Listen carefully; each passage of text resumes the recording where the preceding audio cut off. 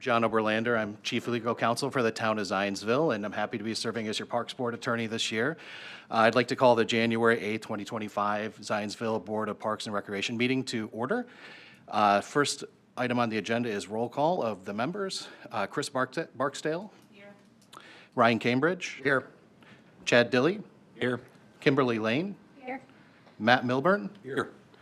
Anna Chapaw. Here. And Doug Tischbein. Here. Okay, great. We have a couple of new members on the board this year. Anna Chapaw and Doug Tischbein, welcome. Would you like to say a quick word? Yeah, I'm super excited to be here. My name is Anna Chapaw. I moved to Zionsville just 3 years ago. We hand-selected Zionsville because we think it's the best community in the country. I'm excited to be on the Parks Board because we specifically chose Zionsville due to the nature of the parks and the green space and the mature trees. My family's into regenerative farming. We love the nature center at the library. My son's favorite animals are scorpions and snakes. So his treat in the winter when he reads is to go see the snakes at the nature center. We live just a stone throw away from the Carpenter Nature Preserve, so I'm super excited to be a part of that. And I think one of the best things about Zionsville is that we are a city and a park, and I'd like to keep it that way. So look forward to being here. Welcome. And Mr. Tischbein? Yes, Doug Tischbein, 30-plus year resident in Colony Woods. Had the privilege of raising two boys through the school system. One's in Nashville, Tennessee, with two grandchildren and another one due in about 14 days. And our youngest son, Brandon, lives here, where he has two of our grandchildren as well. So have seen Zionsville grow over the last 30 years, and I think that's obviously going to continue, and I'm excited to be a part of it. Rumor has it I retired last September. I'm not really sure I have, but I'll let Jared know here if that really happens. So thank you for the opportunity. Look forward to being on board. Thank you both very much. And now we'll have the elections of officers for 2025, starting off with the office of president, and I'll open it up for nominations. Nominate Ryan Cambridge. I'll second that. All right, a first and a second. Call for the question for Mr. Cambridge to act as 2025 Park Board President. Indicate yes by saying aye. Aye. Aye. All right, motion carries. Mr. Cambridge, I will turn the meeting over to you as the presiding Thank officer. you. Appreciate that. Anybody like to nominate anyone for vice president for this year?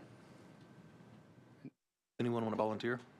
If there aren't any other nominations, I would nominate Chris Barksdale. Oh, sorry. I will make the motion. And I'll second. there you go. Great. Do a vote. All in favor of Chris Barksdale being vice president for the coming year? Say aye. Aye. Any opposed?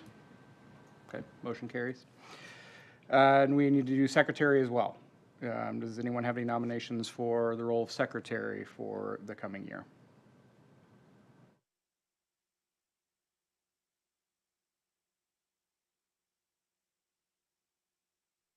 I second. Okay, all in favor of Kimberly Lane serving as secretary for the upcoming year on the park board, say aye. Aye. Aye. Any opposed? Okay, motion carries. I think that's it, right? Okay, easy peasy. We need to approve the minutes from December 11th. Has everybody had a chance to review those, take a look at them? I think most of us were here. You all that weren't here, you can just abstain from this vote, easy enough. But then at the beginning of each meeting, we will review and approve the minutes from the prior meeting. So, do I have a motion to approve the minutes as represented from December 11th? I have a second? A second. All in favor? Say aye. Aye. Aye. Okay, any opposed? Okay, minutes are approved. We need to do the same for, we should note 2 abstentions on that vote as well. I need a motion to approve the minutes from the executive session on the same date, December 11th of 2024. Do I have a motion to approve those minutes? Do I have a second? Second. All in favor, say aye. Aye. Any opposed? Unanimous with 2 abstentions, so those approved. I think at this point, Jared, we will have public comment. And I don't know if you want to sort of talk through the rules of engagement, if you will, of what folks can do, or if they need to introduce themselves, and just sort of familiarize everybody with how you want to run it. Absolutely. So good evening, Park Board. Welcome to 2025. For our public presentations, as you come up here, just state your name and your address for the record, and then we'll give you as long as you need to share what you would like to talk about. We ask that if there is redundancies, just to touch on new points, but feel free to come up and echo anybody that spoke before you. But at this time, we'll welcome up anybody that would like to speak. And I'll just say, too, as you come up to the podium, when you get there, please introduce yourself by providing us your name as well as your address.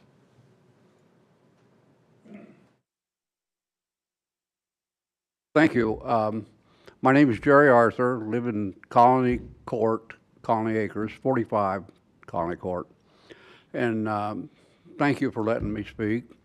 Also, congratulations to the new officers, having witnessed the hard-fought campaign you just endured and made it through. I want to start off, I want to talk about the golf course, but I want to tell you a story. There's a Zionsville golfer, very successful, died and went to heaven. And St. Peter said, look, you can choose to go to hell, look it over, spend a day, come back, look heaven over, pick which one you want to go to.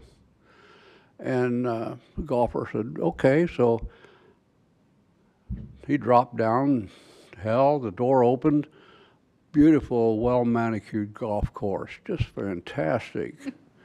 And had a bar, a swimming pool, a lot of really pretty ladies serving drinks, and he spent the day golfing, great day golfing. Went back up to heaven and said, look, St. Peter, he said, hell is so good, there's just no sense in wasting my time looking at heaven. So St. Peter said, well, your choice. He went back down to hell, and this time when the door opened, he was in a blast furnace, just misery, thousands of people just suffering. And he turned to the devil, he said, I don't understand. The devil said, well, yesterday you were a prospect, today you're a customer. And so I want to talk about the management of the course. Is the people that got control of the golf course present their prospect, but we're the customers. That's what's going on. So I think that some part of that company, group, organization, management team, whatever you want to call them, have kind of disintegrated. The guys that we thought were the smartest are not there anymore. And you guys have the oversight. And there's proposals out to raise the fees considerably. Some other changes that could affect your oversight in the future.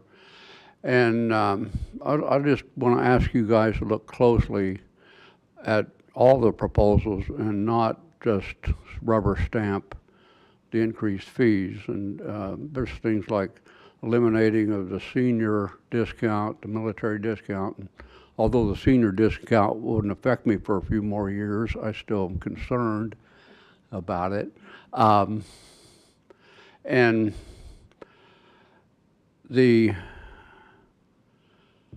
course has kind of been the red-headed stepchild, in our opinion, a little bit. But it's really a great Zionsville asset. The course has been fantastic. The middle school kids start there. And I don't know if you guys all know that last year, Zionsville High School boys and girls won the state championship together. And that's the first time in the history of Indiana that ever happened. So that's all I want to say. I appreciate your consideration and respect your decisions. Thank you. Thank you. Thank you. Thank you.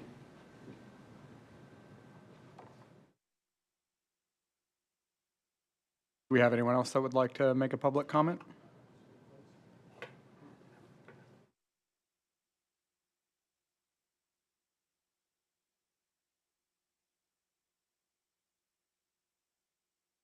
Good evening. My name is Don Pearson. I grew up in this village. Went to grade school here, middle school, high school, and I started playing golf at the golf course in 1966. And the course had only been opened 1 year. So I have, and I moved away for 40 years, and I came back about 4 years ago. And in the past 3 years, 4 years I've been back, I've really enjoyed being at the Zionsville golf course again. Several of my colleagues are here. I grew up down the street from Jerry Arthur, who was just done speaking. My mother still lives there. And like Mr. Arthur so eloquently spoke, there's a lot of injustice and travesty being put on at the golf course right now. It's a town jewel. It always has been. It's always been great for the youth, for the children. It was always Zionsville Golf Course. Now it's Zionsville National. What the hell does that mean? It's not TPC Sawgrass. You know, we're not professionals. We're a local community. And the people who were really key to getting that golf course going and maintaining it and keeping the proper attitudes are no longer there. And the rates, like Jerry said, are going up. The discounts are going away. The senior league fees are going away. Early bird discounts are going away. It's just not right what they're doing there. We need to maintain what that golf course has always been to the town of Zionsville. Thank you. Thank you. Anyone else like to make a comment during the public comment portion of the meeting?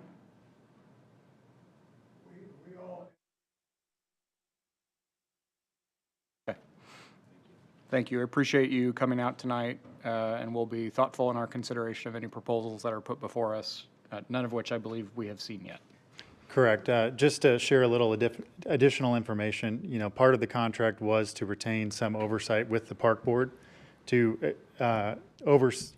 to view this experiment of having an outside management team there. So the contracted management firm is allowed to update pricing according to the consumer index, but any price increases in addition to that do have to come before this board before they would be applied. So if you want to look up what the consumer index is, it's a very small amount to adjust for inflation and other items like that, but any drastic price increases would come before this board. And next month, the management firm will be here to present a financial report. So just to provide that to you all as well.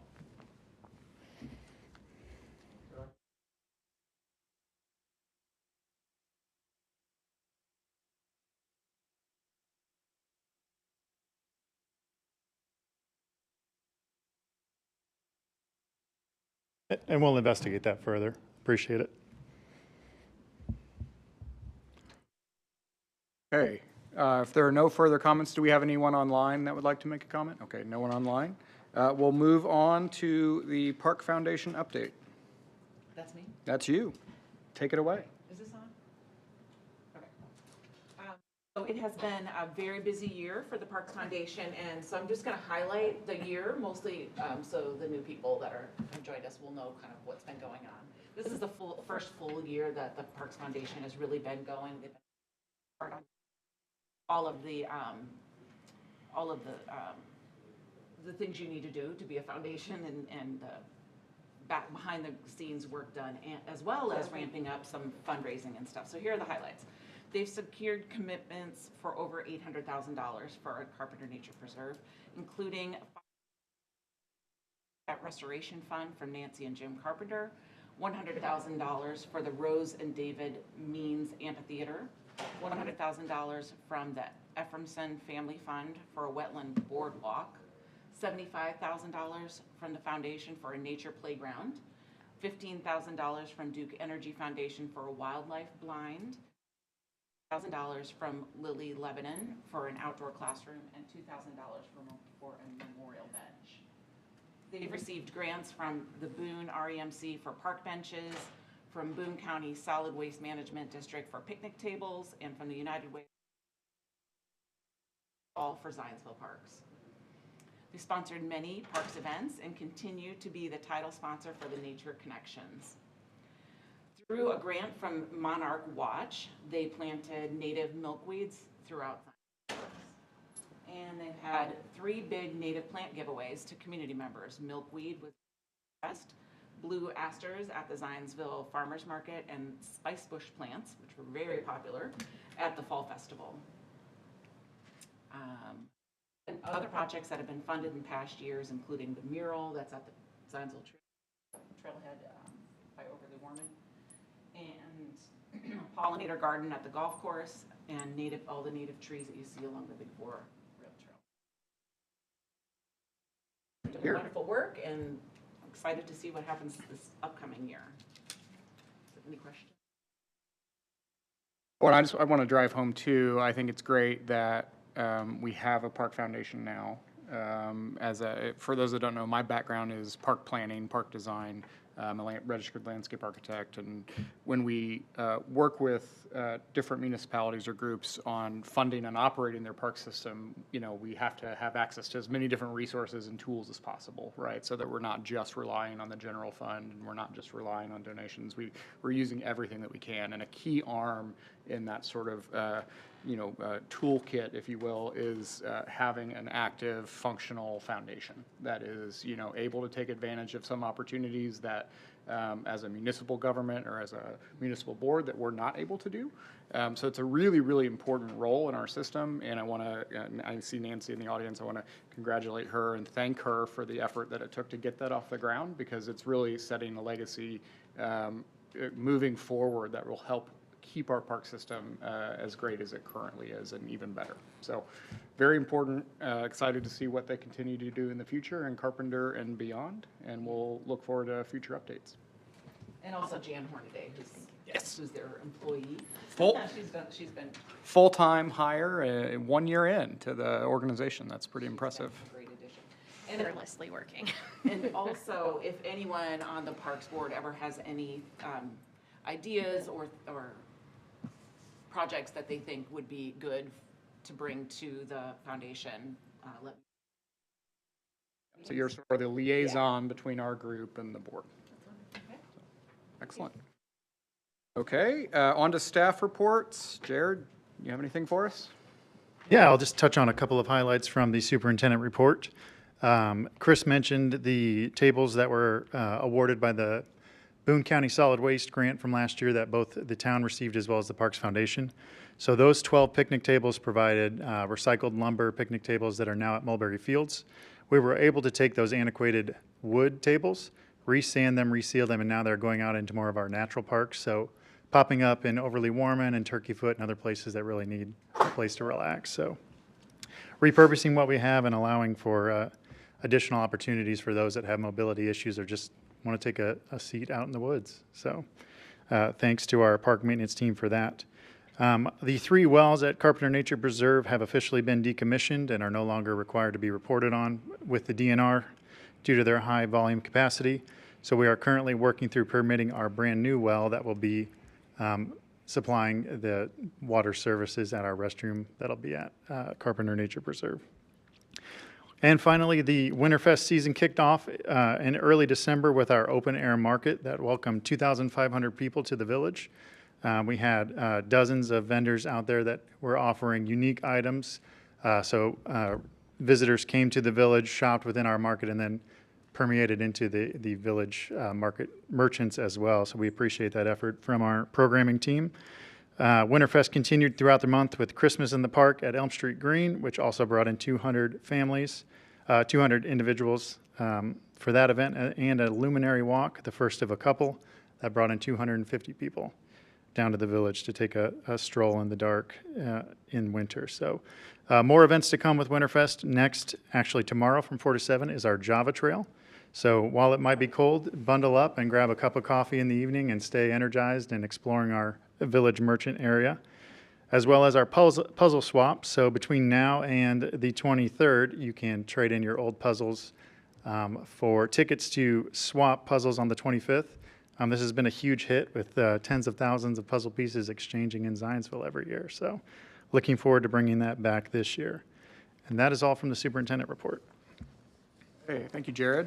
On to Director of Recreation Services, Mindy Murdoch. What do you have for us, Mindy? Jared took all my stuff, man. All right, so so we wrapped up the year with just shy of 1,000 people walking through the nature center. A little bit slower for the center itself. We did see kind of a drop in registration for a lot of our programming. I think the weather did not help us in regards for a lot of that one. So you'll see in the report, there's a lot of canceled programs, unfortunately. But actually, I had pulled up for the entire year for my rec, and we really only ended up canceling about 25 of the 400 plus programs that we put on throughout the year. So not too shabby. We're not too worried about that one. We did a couple fun things. We did a winter science at the Nature Center, and then it's actually in January, but we also did a STEAM day camp for during winter break. We did see quite a increase of people walking in for those, and so I would say about a third of the numbers that you see there were during winter break that people stopped into the Nature Center. We had a couple of fun things. We did a cookies and canvas, so a lot of kids and their parents came out and did some painting and enjoyed some cookies and hot chocolate at the Nature Center. And then, of course, the big one is our Winterfest. So Winterfest will run through February. We kicked it off with Maker's Market, which was another popular success with about 60 vendors. So every year it continues to grow. So we'll be looking at how to structure that for the next year.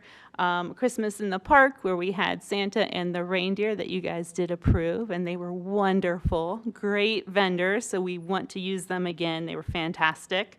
And then we ended the year with New Year's Eve back at the Nature Center, where we had 40 people that got to do balloon drops and meet the animals and, a toast with, grape juice and cookies. So it was a lot of fun. That's all I have, unless you guys have any questions. Have any questions for Mindy? Nope. As always, thanks for the hard work, even in the cold. Thank you. Year-end review.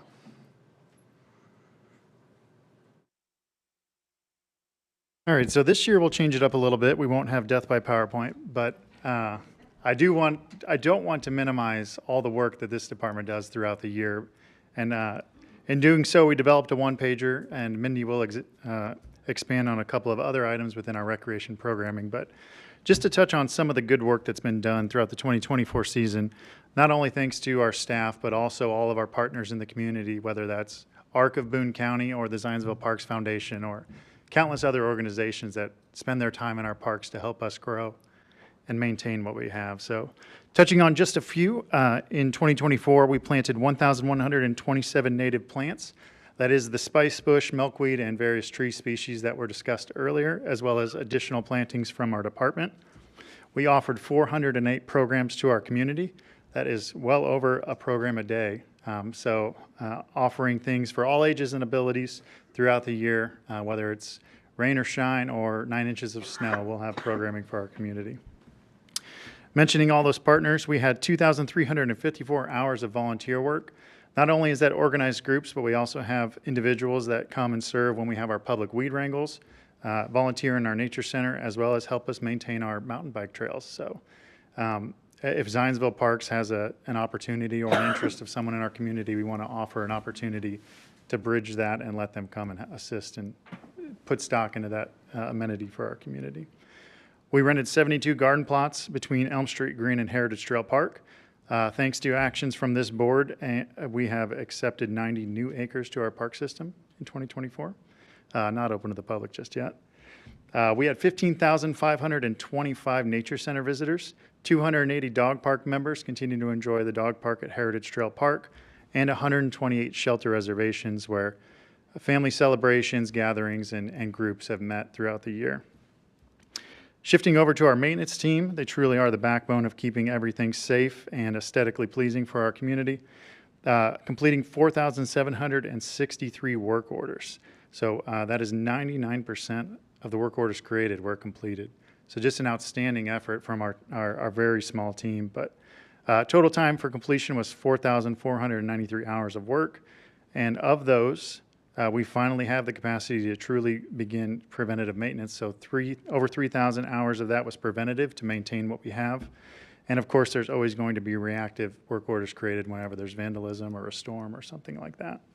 So they're truly doing a fantastic job and carrying on the objectives and the missions of the department. So there were 18 ADA improvements conducted over 7 parks, and those include improvements to our parking lots, our benches, and our signage.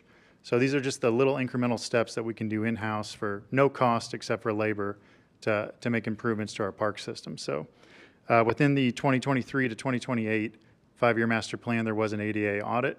So that is the framework we're using to make those incremental improvements. And additionally, our natural resource division, which is branching from within our maintenance division, is actively maintaining 48 acres of restoration projects. So that's our bioswales and basins throughout our park system. That's our open prairies, and that's our reforestation efforts.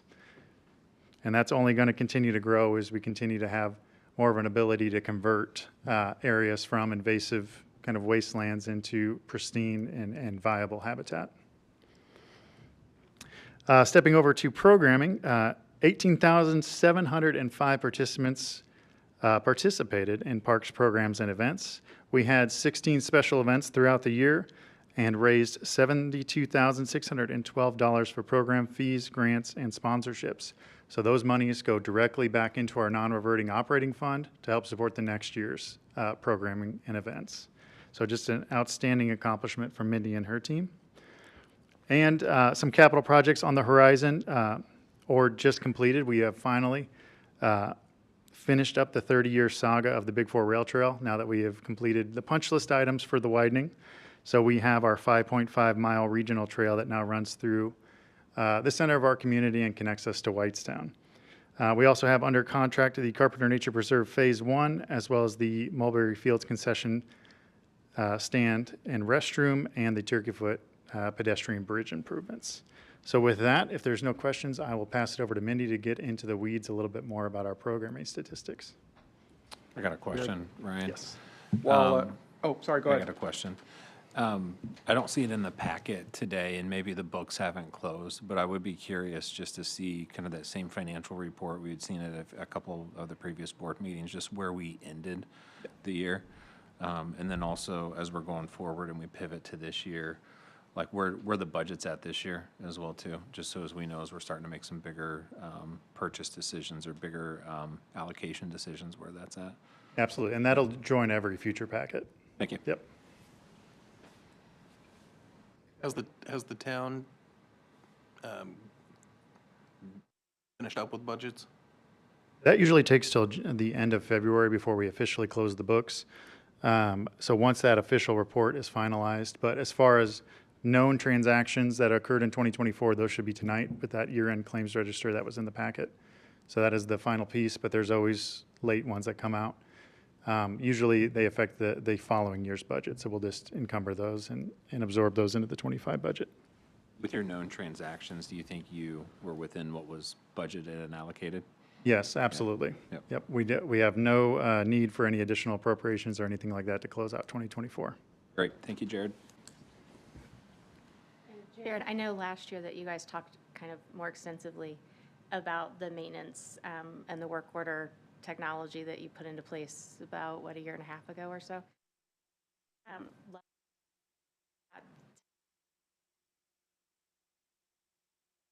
Where the time is going and that it's paying off. So I've gotten to spend more time out in the trails this fall and really enjoyed it. So, and I know it doesn't go without a lot of hard work from your team and Mindy's team. So thank you all.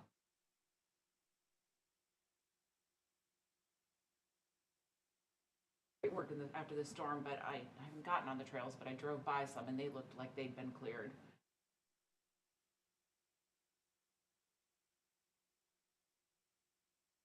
Thank you. Thank you. I'll pass that along to our maintenance team.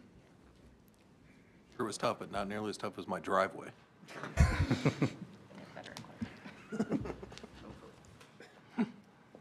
Hey, Mindy, you want to come up and talk a little bit about programming? While she's coming up to give us program highlights, I think it's worth noting just in some of the data that Jared mentioned for, 18,705 participants in programs. Our population of our town as of last year was 33,000, just over 33,000. So I think that's a pretty impressive turnout for a town of our size, and that is thanks to Mindy and her team. So we'd love to hear a little bit more about that.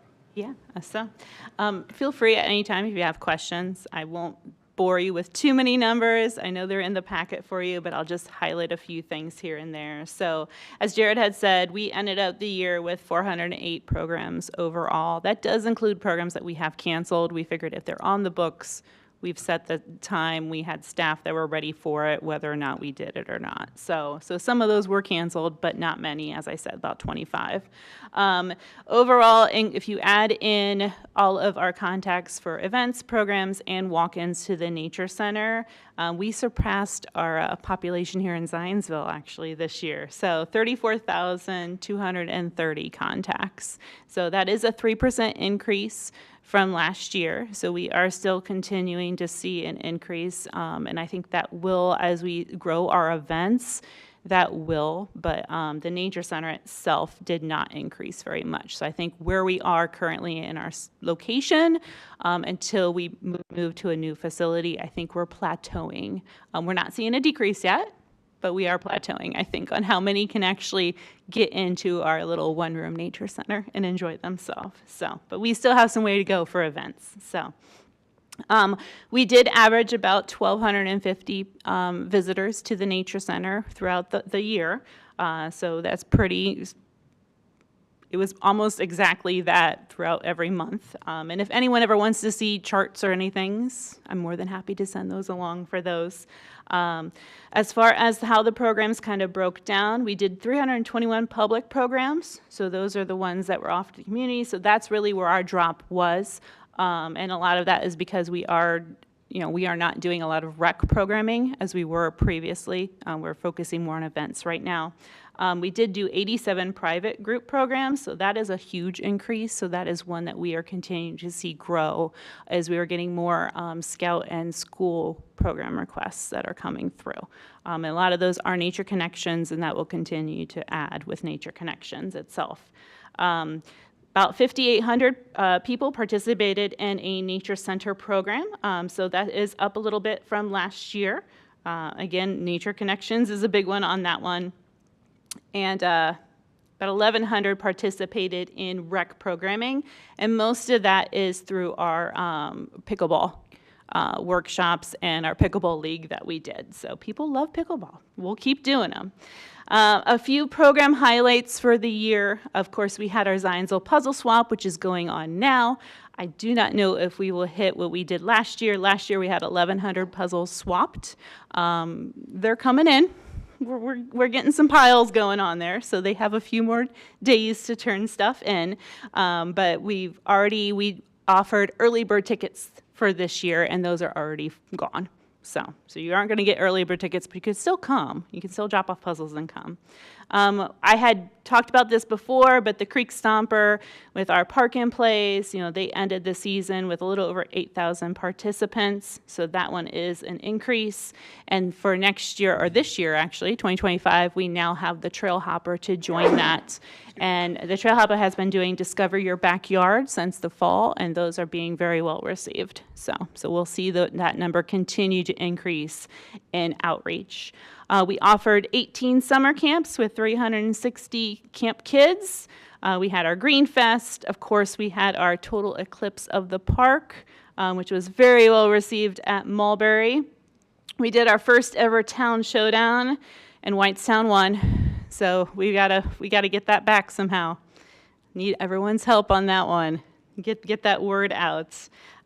We're continuing with Creek Week and our creek cleanups. We did do 100 hours last year. We are not doing that this year, although it was very well attended. We're going to kind of take a break, and we've got some ideas that we might roll out with 2026 and Carpenter opening up.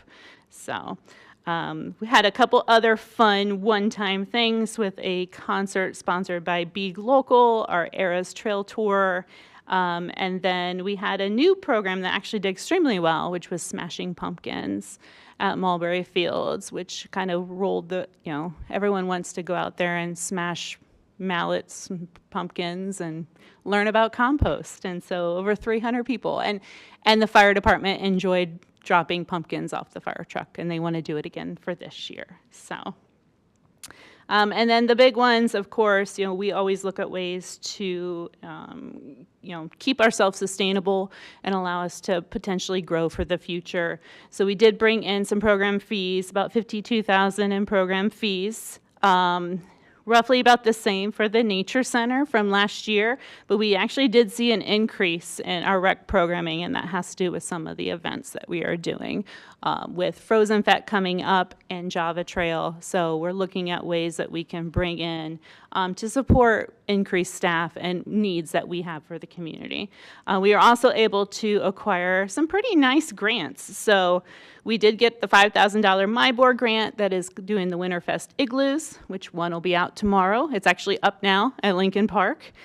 We did get an Optimist Club sponsorship for Junior Indiana Master Naturalist, and then received a Indiana Native Plant Society grant of $300 that will go to putting in a native plant garden at Heritage Trail as part of the hoop house that is going up. So.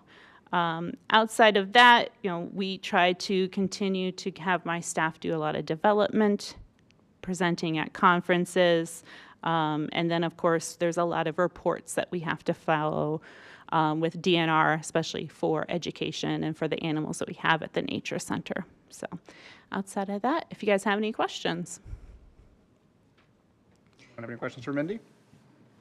No, other than to just, you guys do amazing work, and I work at the library, so we love having you as a partner in our building, and hope that it never ends. I know you guys need to grow and need more space, and I'm really excited for that too, but we love the partnership, and it just seems to work so well with the youth services in particular, but throughout the building and what you've been able to do with us. So thank you for your day.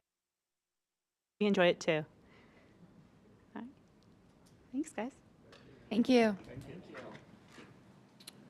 Moving on to the Zionsville Rotary Club special use permit for a pickleball tournament. Thank you. So this body has the opportunity to consider fundraising opportunities for nonprofits. So that is what is before you this evening.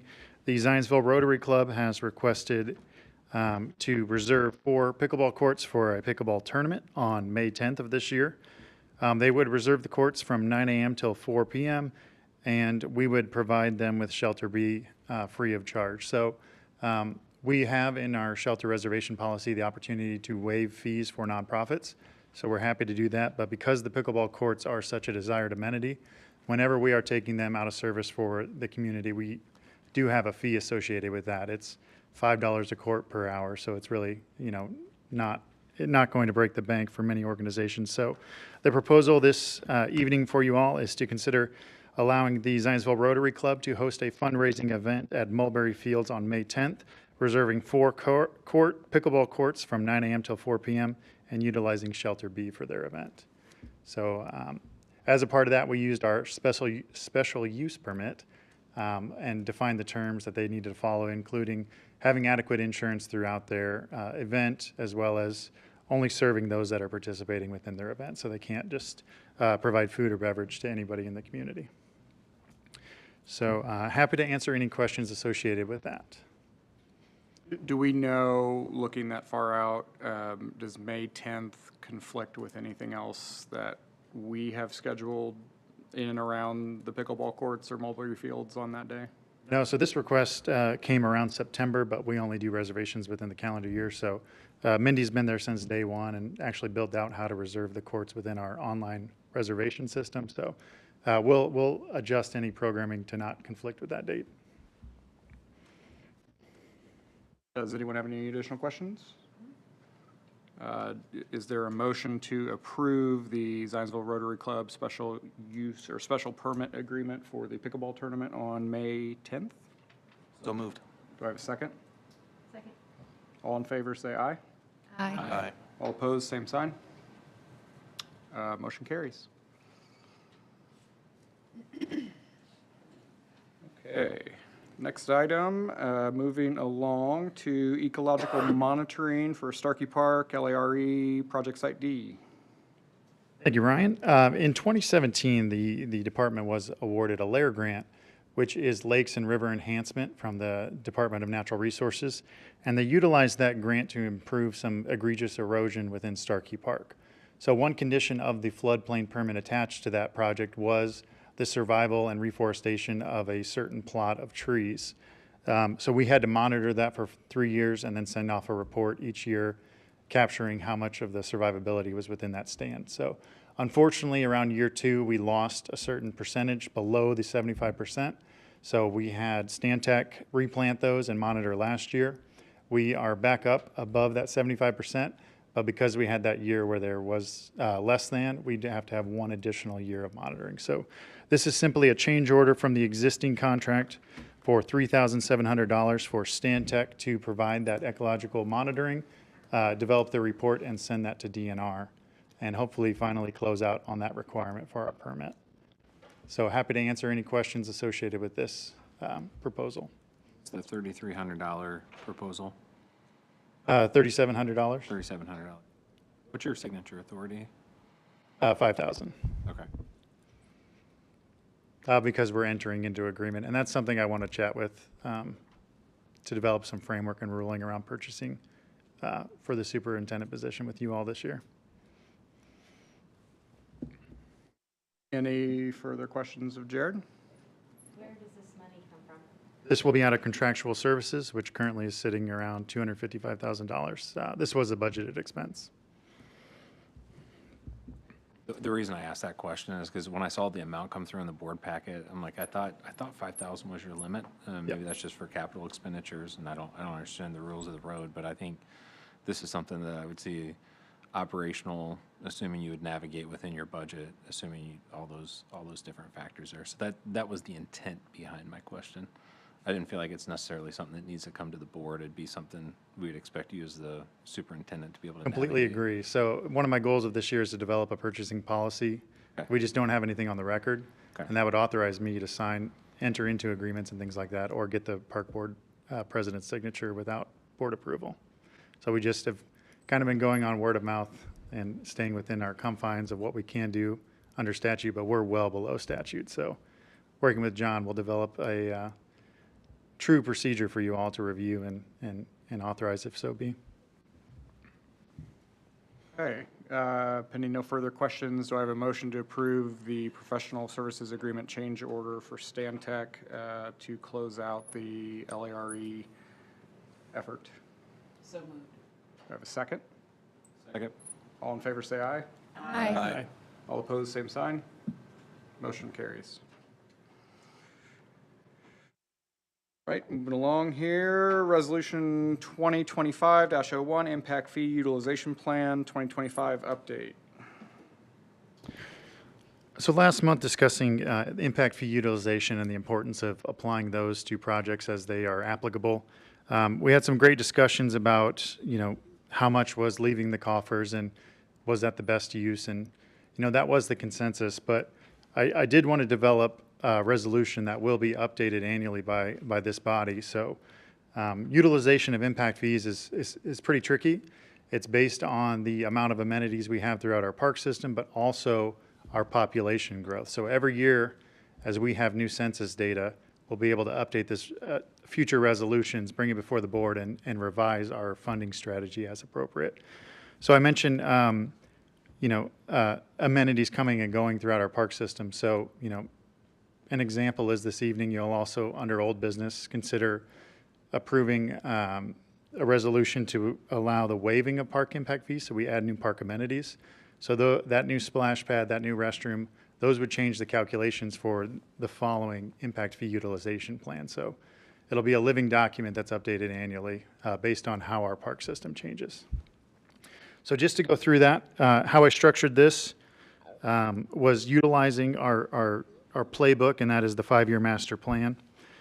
Skip down to the proposed improvements within that and pulled those documents. So this, again, was conceptual from 2022, just signifying how we could fund our capital projects throughout the 5-year program. So obviously, being 2025, we're already a little bit behind on some things, but that's not quite as important as just keeping momentum going and finding opportunities where we can. So just to touch on these, just to talk about the projects that actually are able to utilize impact fees, and then we'll go down to a chart at the end that kind of talks about the plan for the foreseeable future with the 5-year master plan. So Carpenter Nature Preserve Phase 1 does have elements that can be utilized with impact fees.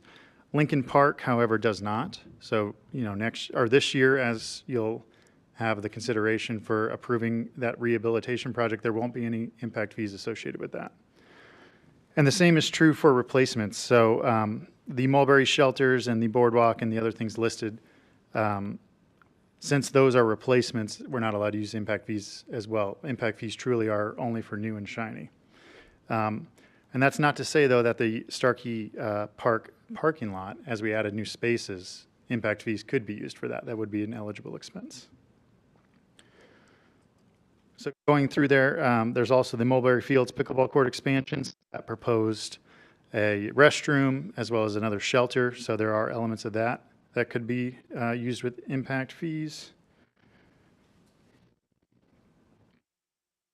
And again, this was from 2022, so there were some proposed projects within the golf course, but having privatized the operations, that's something that could be handed off to that contractor now for capital improvements in the future, just as this body entertained approving their pavilion restroom last month. And again, life cycle maintenance, those are not eligible expenses. Holiday Nature Sanctuary would have an opportunity to fund some elements within it. And I keep on going. The Heritage Trail Park splash pad and restroom would have an opportunity to fund elements within that as well. And then potentially Overly Warman Park splash pad and restroom could as well, or phase 3 of the pickleball courts if it involved a shelter, and so on and so forth. So again, the further we go out, it gets a little bit more gray because we don't know what opportunities or challenges are going to come to our park system. But moving to the end, polling from those two studies, the 2012 impact fee study as well as the 22, I've highlighted in green the amenities that are eligible for funding, either in part or total. And then moving down to the last pages, let me attempt to make that a little bigger, is just a funding strategy for those funds. So we have had a 2012 impact fee on the books for quite a while that currently sits at $2,014,713.85.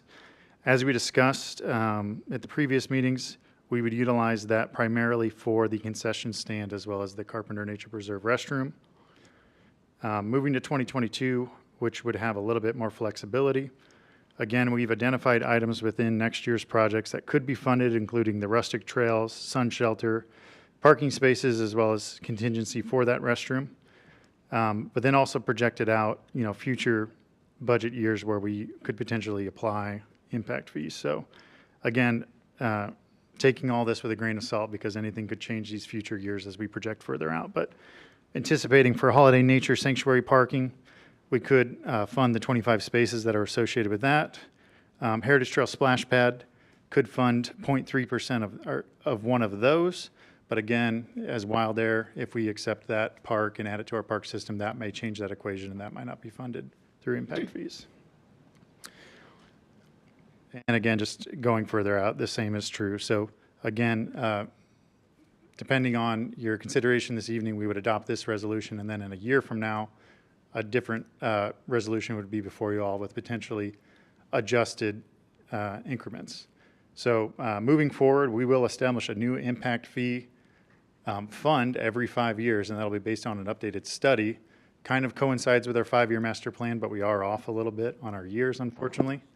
But again, an impact fee, for those of you new on the board, is for every single new dwelling in Zionsville. So every house, a developer has to pay a fee associated with that. I believe it's around $2,045 for single family and $980 for family. So as those projects pull their building permits, that's when they pay for those impact fees. And then those fees are used to pay for new amenities in our park system. So happy to answer any questions concerning the proposed resolution. What's the burning platform to approve it tonight? because I think that's a lot, this is a lot of info. One, let me take a step back. One, I agree that we need to chart our path forward, right? Because last time when we approved major expenditures for Carpenter and the Mulberry Fields, right, we had a good conversation about this is a trade-off conversation, because if we approve this, we're not going to be able to do something in the future, right? And that's what we've been tasked to do, is help set those priorities. So I agree that we need to chart our path forward. I think the comp plan, just the parks comprehensive plan or master plan, whatever nomenclature we want to use for it, can help guide that, right? And so I agree that we need to do this. What's the burning platform of of approving it tonight versus us debating it, chewing on it, maybe coming back in February? Because I want to be respectful. We've got a couple new board members that are getting up to speed, and it's important, right? It's pretty large expenditures. Do you have a timeline you're working on, or is it just something you're wanting to get done? And we could review this annually, but because there were funds within the 2024 budget that are going towards Carpenter as well as Mulberry, we want to encumber those. And I just wanted to provide additional support and documentation for that request carrying forward. I want to add a little context too, especially for those that are new. When we look at a park system, which is sort of our job, right, is to steward the whole system, and that's all the pieces and parts and all the programs and all the stuff. One of the tools that we need to lean on, as opposed to what I see or hear, or what you see or hear, or what Jared thinks or Mindy thinks, is the 5-year plan. So the purpose of a 5-year master plan is to go through a robust process that has a sort of a triangulated methodology, which is what ours has, where they use a bunch of different techniques. Some are observational, others are quantitative, others are qualitative, to analyze our park system, analyze our community, how it's growing, how it's changing, what we have in the system, how it's aging, what's new, what's not, what's used, what's not. Ultimately, at the end of the day, at the end of all of those techniques, in addition to the public engagement that they do through public meetings and workshops, stakeholder interviews and focus groups, as well as public opinion surveys, they take all of those findings and the things that they hear consistently in terms of needs or priorities across all those techniques, those become the focus of the 5-year plan. So when we start to think, well, if someone came to us, for example, and said, we have $5 million we want to donate to the park system, what should we spend it on? This is the first place that we should go to look for what the priorities are, because there's a defensible process that was run by an outside consultant that was then adopted by the town council to lay out a path for the next 5 years of what we should be focusing on. Now, all that to say, that doesn't mean that as things change, because I do these plans for a living, and we like to say they're living documents. The world changes, things change, things happen, where you might need to revisit those plans. But ultimately, at the end of the day, this is the first place that we start. And I think, Jared, correct me if I'm wrong, but the intent of what we're approving tonight is that we're not necessarily approving, or correct me if I'm wrong, maybe we are, but I don't understand that we're improving these exact dollar amounts for all of these projects, but rather saying the projects that we will pursue or utilize park impact fees for are these projects which are identified in the 5-year master plan. Is that Absolutely. That's correct to the methodology of how this was developed. And just to touch point, since I kind of skipped over this, looking at our 2012 impact fee utilization, there's no new revenue coming into that because that's a vestigial fund now. So eventually that will be spent down, and that's the point. But as we look at our 2022 impact fee, based on estimates, we're still receiving around $400,000 a year from new development, and that changes years to year. There's a proposal later in the meeting concerning $1 million with a development. So that's not something we can project. That's just kind of dependent on the development pressures of Zionsville, which, as we know, are exorbitant. So it is with fair confidence that we believe we will continue to bring in revenue, at least for the next 5 years within the 2022. So projecting that out, we showed the existing cash balance today as well as the revenue we anticipate, but then also, to the best of our abilities right now, showing the estimated expenditures for those amenities it could fund. So looking at it and projecting out the $400,000 a year, it's pretty close to a wash as far as being able to fund these amenities listed. And these amenities listed are straight from the 5-year master plan, as Ryan mentioned, and it's really the only assets that these impact fees can be used for. So I would love to be able to use impact fees to make more trail connections, because that's the #1 requested amenity in our park system. But our level of service is just too high based on our population. I think I did the math, and our population would have to be around 140,000 before we could use these funds to fund hard paved trails. So every 5 years, we'll have an opportunity to have a committee come together and redefine those levels of service. So maybe someday that level of service could change so that we could use them earlier. But based on the existing plans, you know, these are the amenities that can be utilized. And again, as we invite opportunities for others to build our parks or receive donations and things like that, you know, we're going to jump on every opportunity we can, but that might make it so our funding strategy changes. And I think a great example is, you know, prior to Carpenter Nature Preserve, we could have used impact fees for park acreage. But then once we received the preserve, we're well over that level of service, which is a good thing. But just an example of how these can change in a meeting. Oh, and following up on park impact fees, because that's another great tool in addition to a foundation, another great tool that we have to help fund our system. We have an obligation as a town and the park board to be good stewards of those fees, but at the fees collected, but at the same time to reinvest them, because that's the point. So as Jared mentioned, you know, you can't use park impact fees to sort of repair things. The intent of a park impact fee is that as new residents come to Zionsville and move here, you know, whether it's building an apartment, you're adding a higher, or you're increasing the burden on the existing system. So we only have so many acres of green space, so many miles of trails. The more people we have, the level of service goes down for all residents if we don't add new amenities to the system. So we have an obligation to make good use of these resources, not just squirrel them away, because they are earmarked for very specific uses. And I'm not an advocate of we get $1 in, we send $1 out. We need to be really specific and intentional about what we invest them in. But we do need to invest them. I don't like the idea of carrying millions of dollars of impact fees for years on. Made a commitment to the community that we're going to keep our level of service as high as it is. Those need to be strategically reinvested. So that's just a little bit of context about, I think, sort of as we talk about park impact fees, and Jared will be a great resource to keep us informed as we go along. A lot of restrictions around them, but the intent is if we don't reinvest those, the level of service in our community will go down. Mm-hmm. Does waiting 30 days for us to get kind of caught up on the impact spending plans and how those worked last year, does that impact anything if we wait to vote in February? No, and I'm happy to meet with each of you individually to discuss this further. It's a very complex topic. Be great. And Jared, just to clarify as well, each of these expenditures, even if we were to approve this, whether tonight or at the next meeting, we would still have to come back and approve each individual, you know, purchase or agreement, or, you know, it's not like this is a blanket approval for all of these projects, correct? Correct. If anything, this is guidance as I build budgets for the next 5 years, knowing where we want to place those. And so then it'll go before town council for their consideration and then back to this board before we sign any contracts. So can you tell us a little bit, like, what is the intent of us approving this? It's a framework is what you're saying?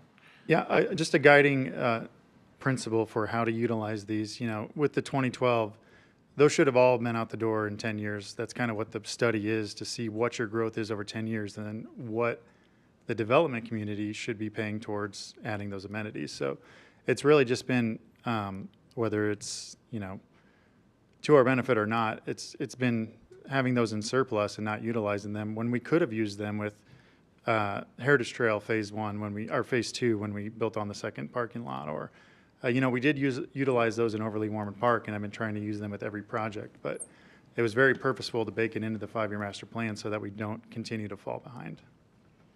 What's I'm looking at our legal counsel here. I'm not an attorney, although sometimes I like to use legalese like Play one on TV. heretofore and hereafter. But I guess heretofore, I had assumed that just our approval as a body would have been kind of our endorsement to use those impact fees in the manner. So I'm struggling to understand the value add of the resolution.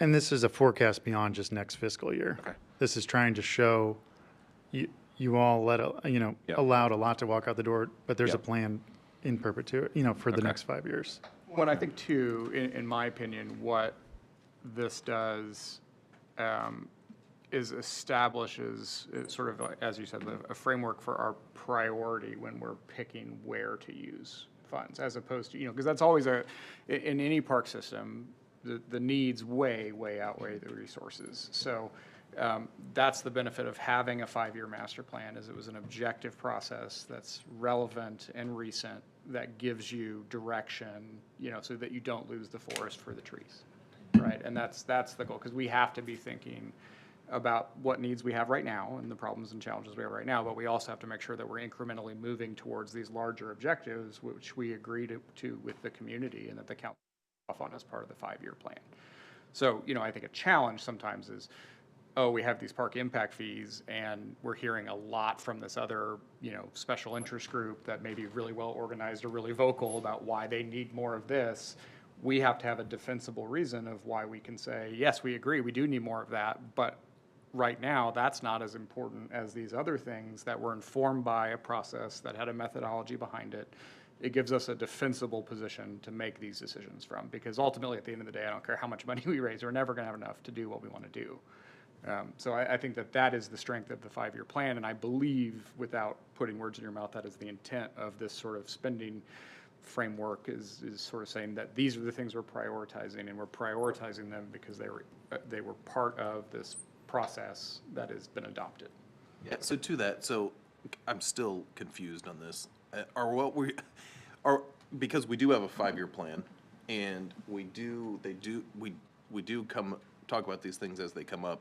Is this like coming up with a plan within the plan of the 5-year plan to say this is the things in the 5-year plan that we'd like to get done the most? That we can use park impact fees. Right, and I think we'd like to do within the the next most. year too, within 2025. Okay. Yeah, and the plan looks comprehensively at all the things the system needs. A lot of them are R&R, maintenance operation, things that you can't use park impact fees for. So I think the intent of this is to say, these are the things that do qualify. But we're still going to talk about them as they come up. Yes. So that's where I'm a little bit lost in terms of what is this? Is it just us saying these are the things we'd like to do this year, and then as they come up, we can circle back to remember in January we said we wanted to do this? And I can bring an example of how this plan or future plans of it, iterations of it, might change how we utilize impact fees. So if our main priority was to have a community center, and it seemed fiscally responsible, and it seemed like something that we could support with operations and staff, we could bake into this resolution and future resolutions that we will withhold impact fees until we can utilize them for that community center. Now, that's an extremely large goal, which might need, 5, 10, 15 years to grow those accounts. So that's something to consider as well. But so based on looking at the 5-year master plan, as well as understanding the priorities of our community, this is a utilization of those based on that. So community center is mentioned in our 5-year master plan, but it also has been mentioned for the past 15 years. So there's just a little bit of separation between aspiration and reality. And this plan is to bridge some of those smaller gaps. But ultimately, if it was the will of this park board and future park boards to save for that, that could be documented and understood as hands change. And Yeah, and I don't want to sound argumentative, I'm just a little No. confused about the. it's a plan within a plan. Yeah. Right, well, I think there's differing perspectives, and because park impact fees are reasonably complex legal documents, that there's varying degrees of understanding of what they can and can't be used on, and who gets to decide that, and where it goes, and I think it would make our lives both more transparent and more efficient if we had a plan or a framework that what we were planning to do with those, versus we're just, and I don't know, this predates my time on the board, certainly my long tenure as president. I don't know if there was a plan, how we ended up with $2 million worth of impact fees. Because if there's not a plan and we're not investing them, then to me, that means we're not necessarily doing our job properly. Because So- otherwise, we're just waiting around for Jared to come and say, hey, we should spend this on X. Or we're waiting around because we chose, like there's just no transparency about why we're doing it. And it's probably for no reason at all, subject to not having a plan. So I think that's the intent, is to. Give us another month to study it, I guess is what I would request, to go through and look through that. You still think that we have gaps between where we're trying to go, and I see this differently from like what's sitting currently in accounts, like impact fees that we can go spend, versus operationally what we can tactically go execute. Because I know that we've got a vision, we've got a 5-year plan, this is where we want to go, but we can't fall into the fallacy that operationally that's approved and budgeted, and we have the FTEs to do that. And so I don't know if next month is the appropriate month, or by the end of the first quarter, we need to look at this, but when is Carpenter set to open? 2026. tentatively. 2026, right? Like, we need to be having those conversations now, because while we have it in our 5-year plan, it doesn't necessarily mean it's going to be approved to be operationally executed, which I believe the town council, from an FTE standpoint, is ultimately who signs off on that. And so we need to be escalating those conversations prior to when budgets are made, prior to that, because if the town council does not allocate to the Parks Department the FTEs we think we need to do to go execute on our vision, then we're going to have some trade-off conversations programmatically about what we do to be able to financially achieve all the objectives that we're trying to do. So that's semi-related to what we're looking at here with this resolution, because we're talking about a 5-year plan. I just don't want us to fall into the gutter of, we've got this plan, we're going to go do it, because that's not in reality how the funding actually works. No, that's correct. I would agree with that. I mean, every dollar that you spend on capital has implications to operations and maintenance, especially when it's talking about large new facilities and new parks. I think that most often the elements that are funded through impact fees in communities of our scale are not as substantial as a community center. I think that would take us quite a bit of growth. We'd have to add quite a few homes very quickly to make that happen. But I appreciate your point, and I think if we table this to the next meeting, that should give everyone enough time to take a look at not just the resolution and the charts here, but I would encourage everybody, and maybe Jared, if we could recirculate a link to the 5-year plan, especially those that are of you that are new, you can kind of familiarize yourself with the process that informed that and the outcomes of it.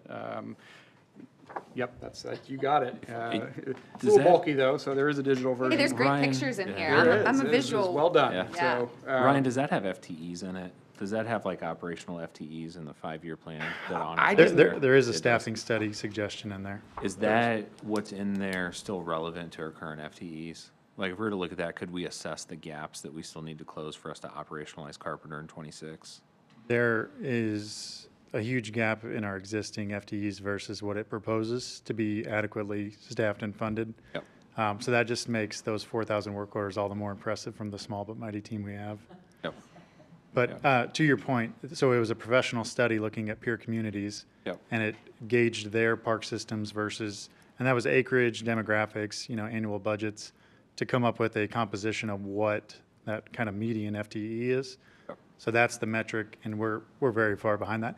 The 5-year master plan, I think it was proposing 48 additional FTEs in the next 5 years, which, as we know, is just not realistic at all. But it still gives us statistical information to express why and defend why we need additional. It's coming to a head, right? Within the next year, this is all going to come to a head. And so I think we need to be having those conversations now with the town council. And I empathize, and I don't envy the position the town council's in, because I'm sure the fire chief and the police chief and everybody is needing more resources for the safety of the community, and public works as well too. That's a really difficult position that they're in.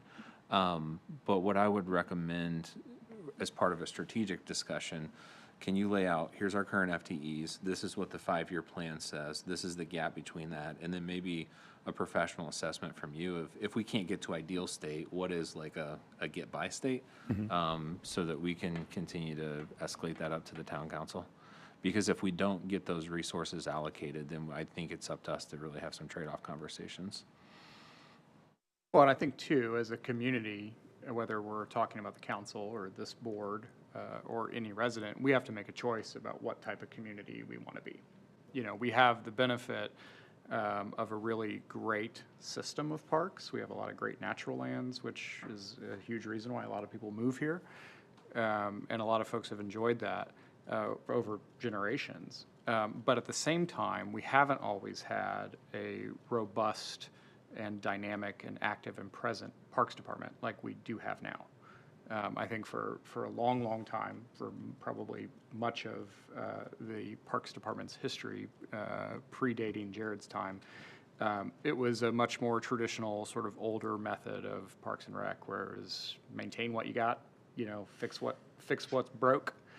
And that worked for a long time for a lot of communities. The difference is now parks, as I think we can all appreciate, are much more important and much more central to many communities' economic development strategies, many communities' livability and walkability strategies. They really are critical infrastructure that is going to help us remain who we are or become who we want to be as a community, but we need to invest in them like we invest in other infrastructure like roads and pipes and public safety and everything that I think most people wouldn't argue is essential to quality of life. I think the challenge that we're in, to your point, Matt, is that for a very long time, that was not the perspective of or that was not how, I should say, the department was funded or operated. So we're playing a lot of catch up. And in the time that Jared's been here, you know, the amount of new data and metrics that are tracked, and, you know, it's been really impressive, the modernization of the department. That you and your staff have been able to do, but at the same time, to your point, we are coming up on a head where there's only so much you can do. There's only so many, you know, we get more, I mean, every project that we do, we're having to leverage grant funds and donations and sponsor, you know, just everything, because we're so woefully understaffed and underfunded. So if we want to continue to be a city known for its, or a town known for its high quality parks, we have to invest in continuing to grow that system as new residents come. Otherwise, that experience or level of service is going to go down. And that's a choice that we as a community have to make. Been one of the most impressive things, I think, in the year I've been on the board is the amount of grants we've been able to get, and Jared, you've been able to do, and as well with your year in review, picking up 90 additional acres also means we're increasing the amount of, you know, maintenance that those things take, which is more and more money, and so it is, you know, it's that balance that we've got to make sure that we're prepared for. Yep. And Chad, you know, to your point, I don't want to minimize that. The 215-acre elephant in the room is Carpenter Nature Preserve, and how are we going to take care of that? Because one of the, you know, the biggest failures we could have is opening this amazing preserve and then not having the support to support it, you know. So our primary objective with the next calendar budget is to fund those positions necessary for Carpenter, and that's been known since 2023, and I'll continue to champion that, and obviously that'll be in next year's budget, but I would welcome any assistance from the board to help echo just how important that is to this department. I think that's what we need to do is help you with the quantification of what's the actual need, right? We have this 5-year plan. There's a big gap between the 5-year plan. What is the actual need going forward, and how are we quantifying that? Because we need to have those conversations now to be able to do that a year from now.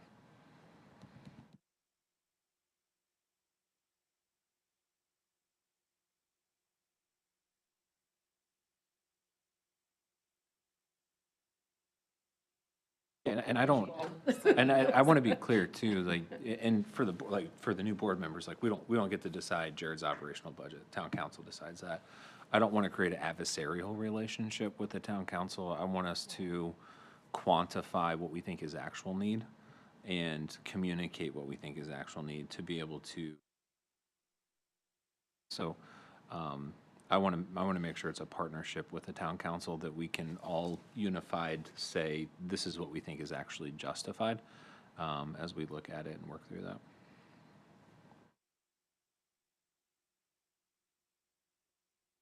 Okay, right. So we'll table that measure for that motion for next month's meeting. Jared, can I ask a quick question? And you probably said this, but I was probably thinking about something else when you. The column that says the target ratio, or the ratio formula, where does that come from? That is baked within the study, so we just pulled those tables and used that equation. Our 5-year plans? No, sorry, from the 2012 or the 2022 impact fee studies, which I'm happy to share as well. And is there going to be a new, is that done every 10 years or how does? Every 5 years, Every so, five? yep, That's state statute that governs that, right? yep. So there. So where's the 2017? That one never got approved fully, so, Money came in. yeah, and it just deferred to the old plan. So So we had an opportunity to adjust the level of service. So so if we add, like, for example, when we add Carpenter and add these new acres and new facilities and things like that, our level of service goes up. Right. So when you reevaluate the park impact fee at the end of the 5-year period, instead of saying, well, it actually, it costs this much per household to provide this level of service, we have to say, well, our level of service is higher now. So what is that dollar amount? So if there wasn't a new fee structure imposed, then what happened is we missed out on an opportunity to adjust the fees that we collected to be reflective of the actual level of service that we were offering.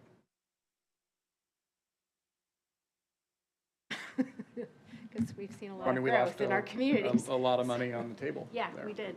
So I have a question too. Can you, in your free time, as a new parent, the action plan items that were in can you give us at some point like an update of what we've actually accomplished or like? Oh, sure, that's easy. A percentage, like, 100% done on Carpenter Nature Preserve and, Yep, happy to do that. like. Canoe launch. Canoe launch. I'm like, do we have that? Like, I have a kayak. I want to do that.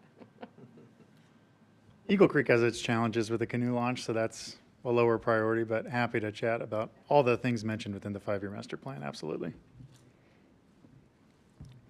Okay, I believe next we are moving on to. Sorry, President Kippers, before you move on, Yes. you just need to make a motion to table. Oh, okay, yep, absolutely. Thank you, appreciate that. That was a test, actually, just. Yeah, pass. Motion Yep, to yep. table. Well done, well Motion to done. table the resolution to next month's board meeting. Do I have a second?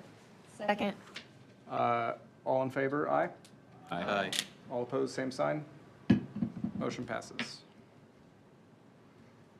Okay, Turkey Foot Bridge Rehabilitation Construction Administration. Throughout 2024, we partnered with BF&S to design and engineer the Turkey Foot Bridge approach improvements that have been on our priority list for quite a while. So that contract will, it permitted it, it designed it, and it's going to carry on until the completion of the project. But there was not construction administration within that, so construction administration, they have a representative there during some of the milestones. It can really protect our interests of understanding, things were installed correctly, and, it's going to pass those future tests, or it's just going to stand up to the test of time or meet the spec that was within the document. So it's a critical component of all construction projects, and this is just funding that part-time throughout the bridge's construction here in 2025. So we have a not-to-exceed number of $30,000 that would come out of our contractual services line within the general fund to provide those construction administration services throughout the renovations and rehabilitation of the Turkey Foot Bridge. And that would be with representatives of BF&S who are qualified to conduct those types of observations and studies. Questions for Jared about the motion? Has a construction contract been let? Yes, so we awarded that utilizing 2024 funds and are going to encumber those. So pre-construction meeting will be this month, and we'll kick that off right after that. Who's the contractor? Morphe Construction, who completed our Big Four rail trail and have really been working well with bridges in recent years, building capacity. Thank you. Yeah, as we're, Chad, to your point of sort of capacity of staff, as we're looking at capital projects that come before us, especially larger ones or ones that involve structures like bridges or, complex park rehabilitation projects where there's a lot of moving parts or technical components, construction administration or construction observation are a critical part of the design process. They unfortunately are often VE'd from the design budgets because they are, it's additional money. But I want us to think about that very intentionally and strategically when we look at approving design contracts or engineering contracts, because without a qualified representative in the field observing and documenting on our behalf, it really does fall on the staff having the responsibility to do that. And I don't know how many bridges you've built recently, Jared, probably more than I have. A couple, yeah. But nonetheless, that's often an unfair burden or an overly technical burden for a lot of folks. An ounce of prevention is worth a pound of cure for sure when it comes to structures and complex parks. So it is more money up front, but it is an investment in protecting what we are already investing in. So speaking as someone who often gets construction administration services cut from our contracts, it's important. So with that, is there a motion to approve or Question any about questions? that. Yes. Do you have kind of industrial experience with contract administration, Doug? Or no? No, not really. Okay. I've been on the business development side for municipal infrastructure improvements for 35 years Got on it. the contracting side. Okay. So we always worked in relationship to the engineering firms that typically would provide CA. Yep. Do we think the fees are fair market rate, Ryan?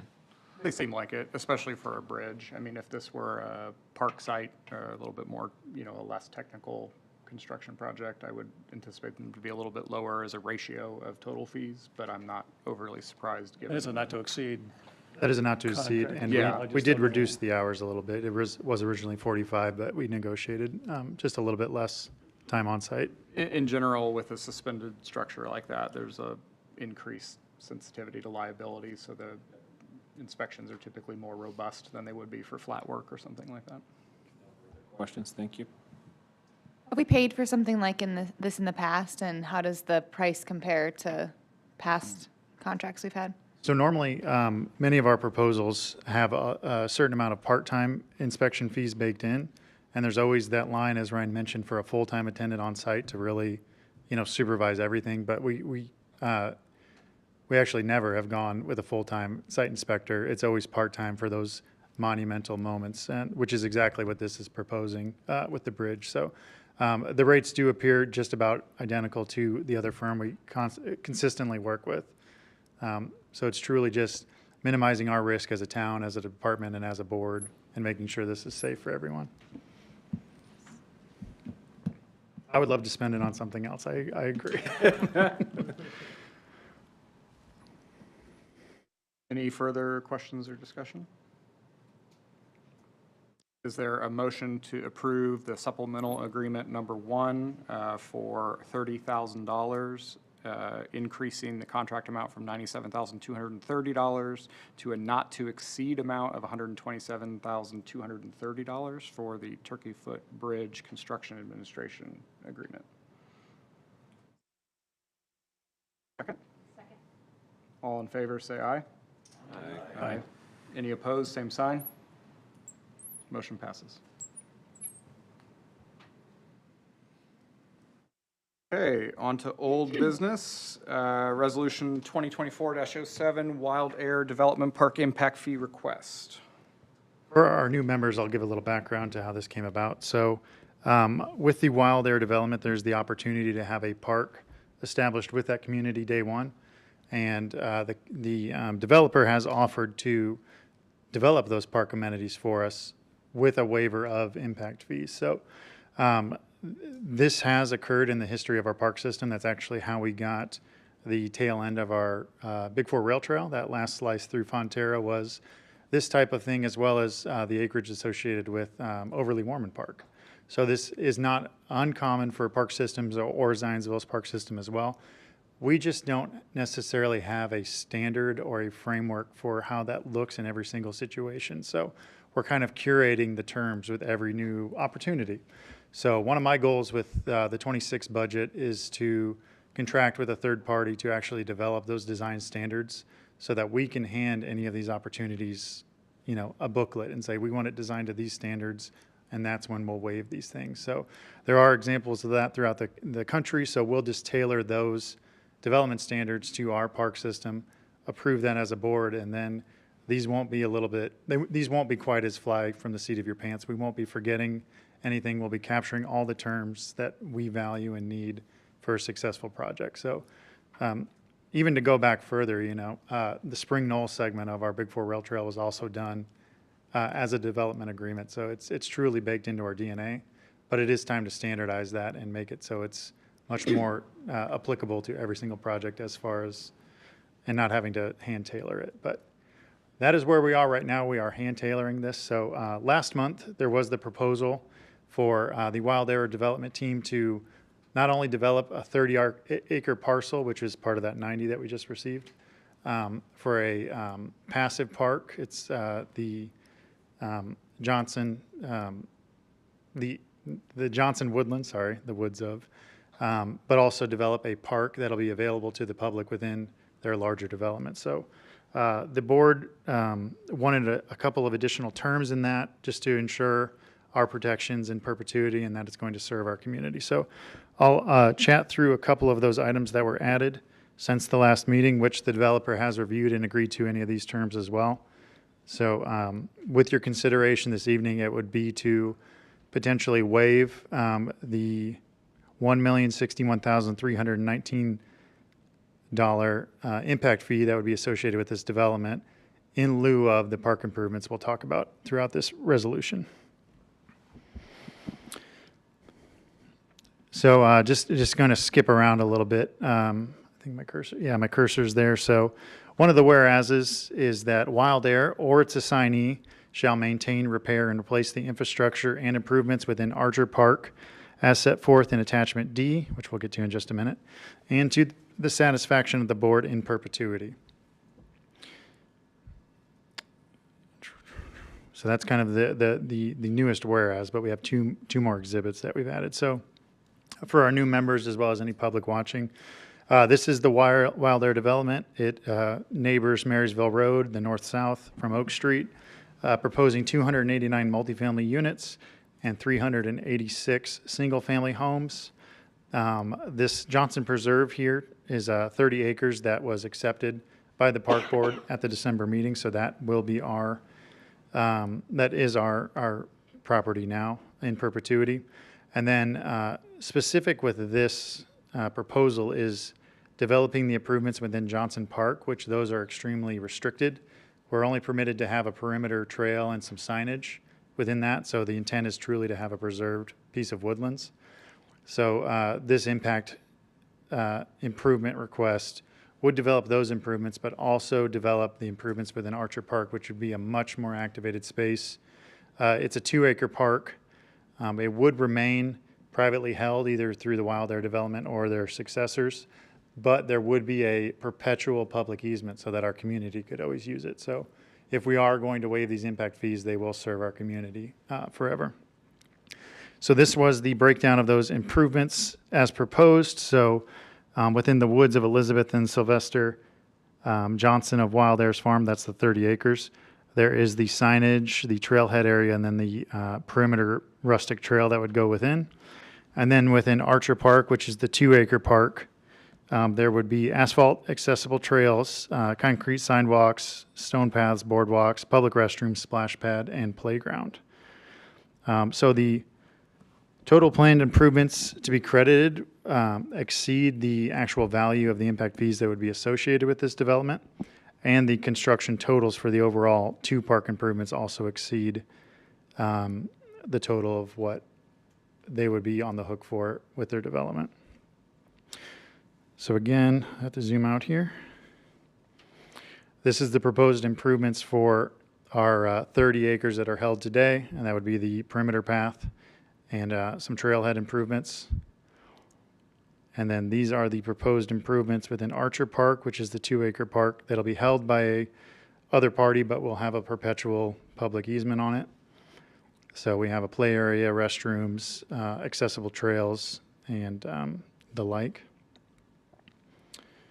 And these are some of the amenities that would be within that Archer Park, just for reference. This was just Exhibit C was an agreement to the terms as far as those improvements for those fees. And then we'll talk about Exhibits D and C a little bit further. So Exhibit D is ongoing maintenance commitment. So Archer Park to be maintained in clean operating order and kept to ADA standards for safe and accessible public use in perpetuity at owner's expense. Site shall have regular cleanups and trash service to ensure a clean and welcoming experience with prompt removal of graffiti and litter. Pavement markings, structure, exteriors, play elements, and signage to be maintained free of sun fading or disrepair. Mechanical rooms, storage, and non-public areas to be secured at all times. Pavement to be maintained to prevent tripping or slipping hazards and replaced as necessary to prevent safety concerns. Organic debris, snow, and ice must be managed and removed as necessary to facilitate pedestrian access for the public, minimizing the use of ice melt and salt except as necessary in activated spaces. Landscaping must be maintained in good condition without weeds. Turf areas to be kept in a tidy fashion and not exceed 4 inches in unkept height, except when weather conditions do not permit mowing. So think spring when we get those torrential rains. Mulched beds and urban tree wells to be maintained 2 inches of organic material, replenished as needed to maintain a kept appearance. Trees to be pruned to maintain a healthy canopy as dictated by species, and hazard limbs addressed by owner or qualified contractor as noticed by the owner or Parks Department. So if we enter into this agreement with while their team or their successors, we would still patrol it, but we wouldn't be on the hook for the maintenance of it, is kind of the goal of this. So Chad, to your point about not having quite enough resources, as far as maintaining one rustic trail in a 30-acre parcel, we feel exceptionally confident we can add that to our existing workload. An activated space with restrooms, splash pad, playground, that's a bigger lift. So the fact that we have the opportunity to allow that to continue to be third-partied, but still have our community enjoy the amenities is a huge win. And many of these terms, as far as these standards, while they are subjective, were pulled exactly from our operations manual. So we're trying to hold them to the same standards we hold ourselves. Landscaping must be maintained in good condition. I already read some of that.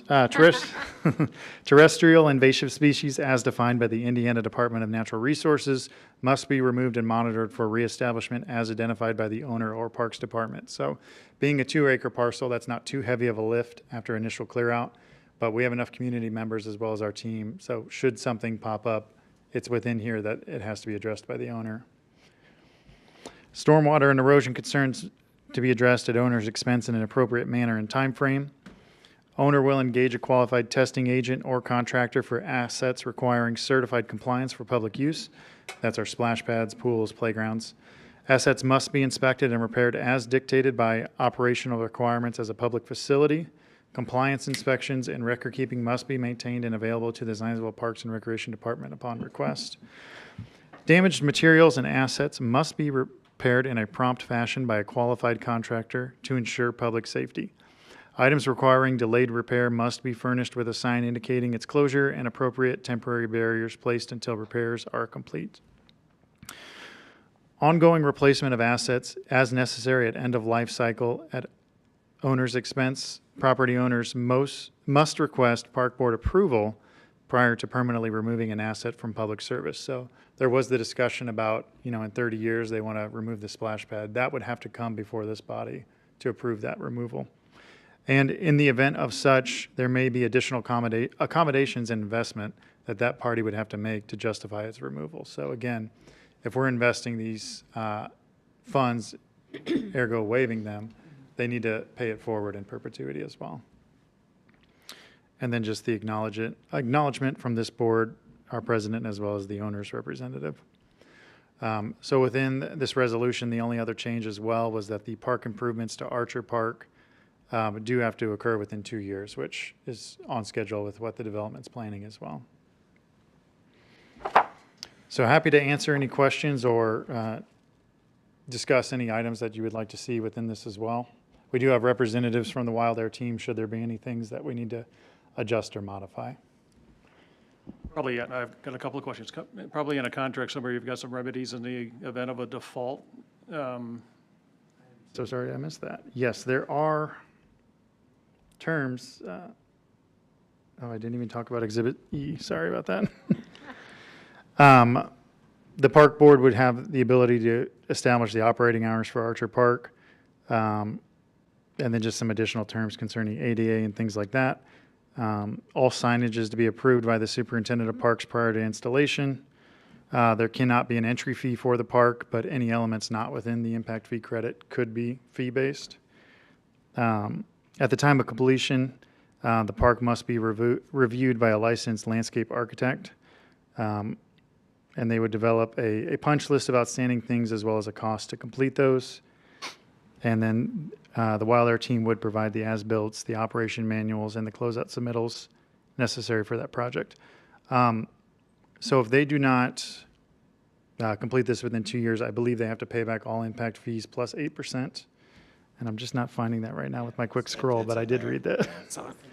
And the public use easement, that's a deeded easement, right? So that would transfer with the property. It'll be recorded. At some point, Yeah. if the property ever changed hands, these terms would carry with that easement.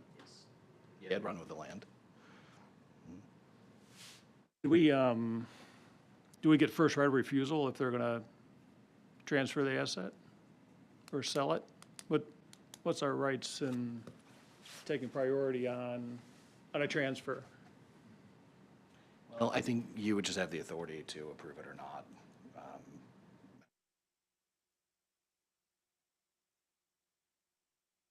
The park board would have the authority to approve that or not, so it would still. Are you referencing the actual, like a fee simple transaction of the land? I'm gonna say, Archer, if they decide they don't wanna be in the park business anymore and they wanna get rid of the asset, first position to say yes or no, we want it or not. I think that is captured within the condition that they have to come to this board if they're going to decommission any parts, which I think would include all of it. Well, and since that requirement's gonna run with the land, I mean, if they sell it to someone else, they'll still be on the hook for maintaining it. Same standard that Wild Air is. I assume it's gonna end up with like the homeowners association, right? I think that is the plan, yes.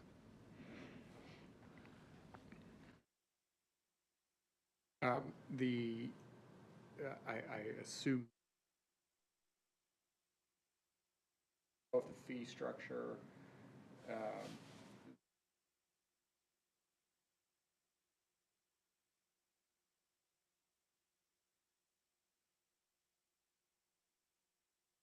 So I do know, and I can ask the representative to come up if he might know, but I do know that there's a private pool that's associated with this, and it'll actually share water with the splash pad. So I have to assume they're already anticipating the large expense of a pool, so they're building in those operational costs as well.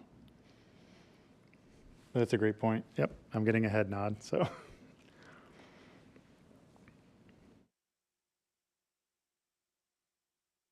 Do we have a motion to approve? I'm sorry, I have one more question. So I just want to make sure I understand. So we would be set to receive approximately $1 million in impact fees from this Wild Air development, correct? Yes. And instead, we're foregoing that to build these parks, and they will be accessible to the community, but they will be within the neighborhood. Is that correct? So that's mostly correct. I'll go back to that image of the site, just for reference. So again, this 30-acre parcel over here is already held by the park board. That's ours. They are offering to make the improvements that are allowed on that site so that it's ready day one as this community comes in. So part of the strategy and part of the things we want to do as developments come in is learn how the green infrastructure can coincide with its development. And that just allows for, a better selling point. They can sell it, there's this park in their backyard, but also that reduces the remonstrance on the back end. If we, for example, this preserve would not be a high priority because it's not even in our 5-year master plan right now. So we might kick that can 5-10 years. So in 10 years, a future park board is facing some opposition because they don't want to invite the public into their backyards. But having that assumption day one's a little bit different than at a later date. So that's part of the incentive to trying to mesh these together. But as you mentioned, yes, that $1 million is what would be charged in impact fees for the approved development. So this would waive that transaction, and the developer would utilize their resources, their economy of scales, to develop these 2 parks for us. One being held by the park board now, and one having a public easement in perpetuity. And the cost, the anticipated cost is the 1.578. Yeah. So we're coming out, we couldn't, that's what they can build it for, as opposed to if we wanted to do the same thing because of losing that economy. Yeah. Well, Sure. and we talked about that a little last month. I saw that, yeah. Yeah, I could not build a splash pad for what they're able to do it just because they're getting those economy of scale. So if we even had the same vision for these parcels and wanted to do that and for our community, the cost would be astronomical, and we might not even be able to use the impact fees for, those amenities as we discussed. Yeah, and that makes perfect sense to me. I think my fear is that we set a precedent moving forward that we are foregoing impact fees that benefit the community at large and could go for projects that are known to be public, like Carpenter Nature Preserve, and instead stick that $1 million in a neighborhood park that we're going to have to do work to notify the public that they have access to it and that it is a community park. And so what does that look like if we do this now as we prepare for the master comprehensive plan and all the online developments and neighborhoods that are going to be coming? I think this looks beautiful, but I think that what does that precedent look like, and how do we make sure that the entire community knows it's for them, since we're losing such a large amount of impact fees, yet have all of these needs that it could be used for that are already part of that 5-year master plan? Does that make sense? I think that's a wonderful point, and definitely something this board should consider with each of these proposals prior to some type of development standard that would say it needs to be a certain amount of visibility to. So, my comfort with this is that we don't really have a park west in Zionsville at all. So we have our village parks and we have our rail trail that goes to the west. But this is really our most western park to date, and it's accessible both by Marysville Road as well as the pathways along Marysville. So it will be visible to any traffic that goes there. And further, the park system will embrace this with all of our marketing to let the community know. And that is also why we withheld the ability to approve all signage. So we want to make sure it is blatantly obvious that this is not an HOA clubhouse that they're not invited to. We want to make sure that this is known as a public park. Absolutely. I think that's a great point, though. I mean, in as opposed to it's not the same thing, but the Stonegate Elementary is in the center of Stonegate, and you're not going to see it if you don't drive specifically to it or you're not in Stonegate. But it's still a public school. This will be much more visible because of just the location, not being in the center of the actual development. And I think that's a great term to define now as well as define when we work towards that framework for sure. Well, and this is sort of the tension that we have when we're looking at how we're prioritizing resources and or sort of taking advantage of opportunities, right? We're not the ones proposing this development.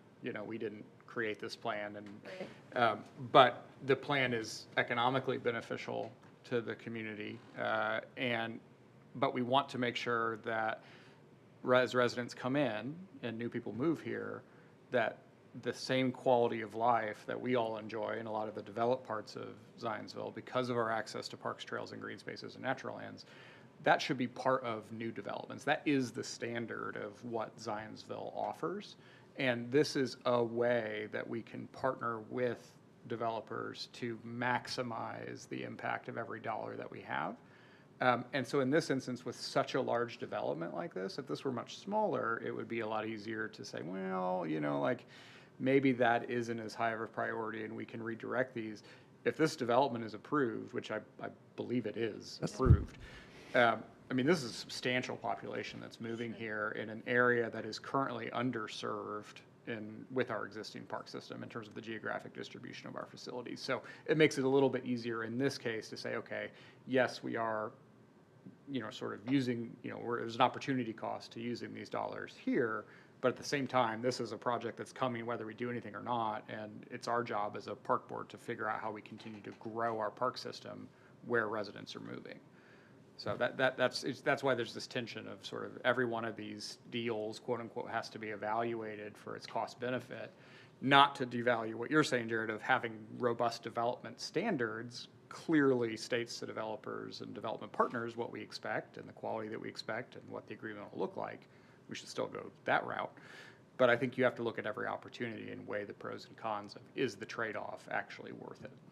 So, and I think in this case, an instance like this with a large development coming online that's already approved, and that we're getting a higher bang for our buck, 50 cents on the dollar, if you will, then, well, I think it's actually more than that, because if you weren't building the pool, or if they weren't building the pool, I would think it would cost us $600,000, $700,000, $800,000 to build a splash pad.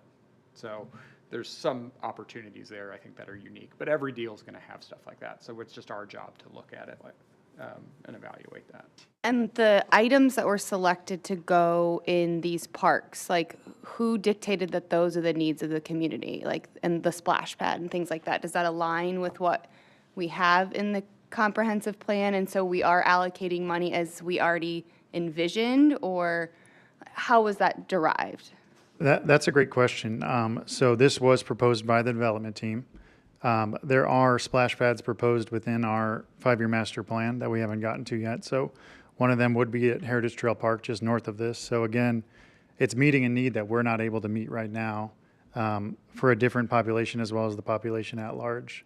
So again, just trying to explore every opportunity for meeting all the challenges and expectations of our community. So again, deferring to you all for the official thumbs up or thumbs down on this.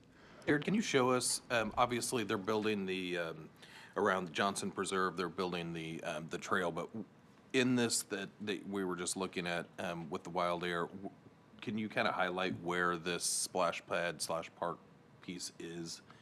I know we're talking about how visible it is, but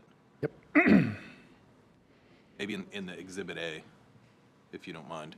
Yeah, I just got to get below this image, and I think we have a rendering of what you're talking about. There we go.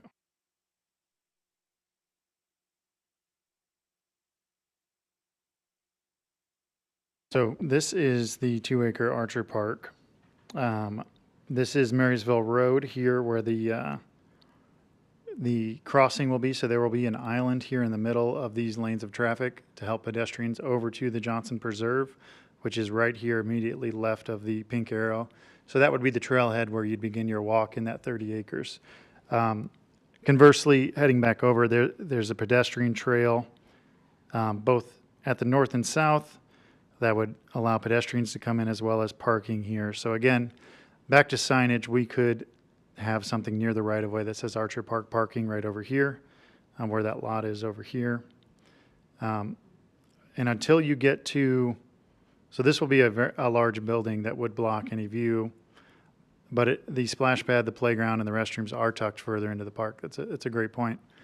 So what you're going to see from the road are walking trails, a bridge over a wet area, so that's going to lend itself to some park amenities, but I think those signs will be absolutely critical in making sure people know it's one of ours that they can explore. Me personally, I would like to see the more visible things closer to the road, just so the community knows, like you driving by it, it's obvious you've got your kids in the car, it's a hot day out, hey, let's stop at the splash pad, right? If I otherwise drive by a neighborhood and just see walking trails, I would just assume those are the trails within the neighborhood, right? I think that's a great point, and not to be argumentative, I think these amenities are tucked back here because that's where the utilities are, so the pool's near here. So that's all kind of piggybacking next to the restrooms that are also planned over there, which would be an extension off their ice cream shop that's going to be there. And just to another point, the Mulberry Fields splash pad is tucked way in the middle of our park, and it's not really visible. It's a little visible from the road, but it's certainly not near the edge by any means either. So not to dismiss what you said, I think it's very valid, but It just seems to me the way this is designed, it's to piggyback off the neighborhood and create more amenities for the neighborhood as opposed to the community. And $1 million is a lot of money, and we're talking about how do we get the money to fund these things, right?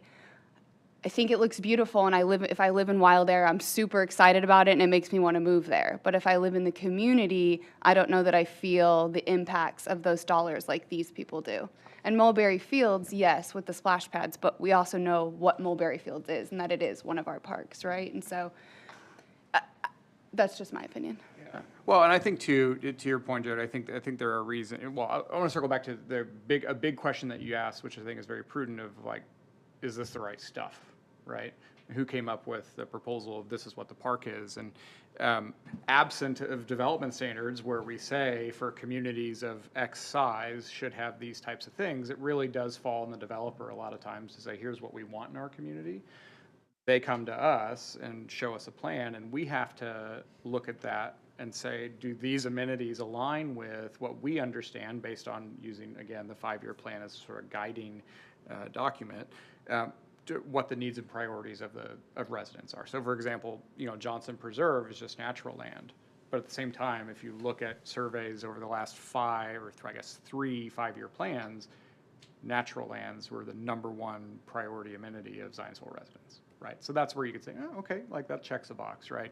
Splash pads, do we have any in our system currently? No.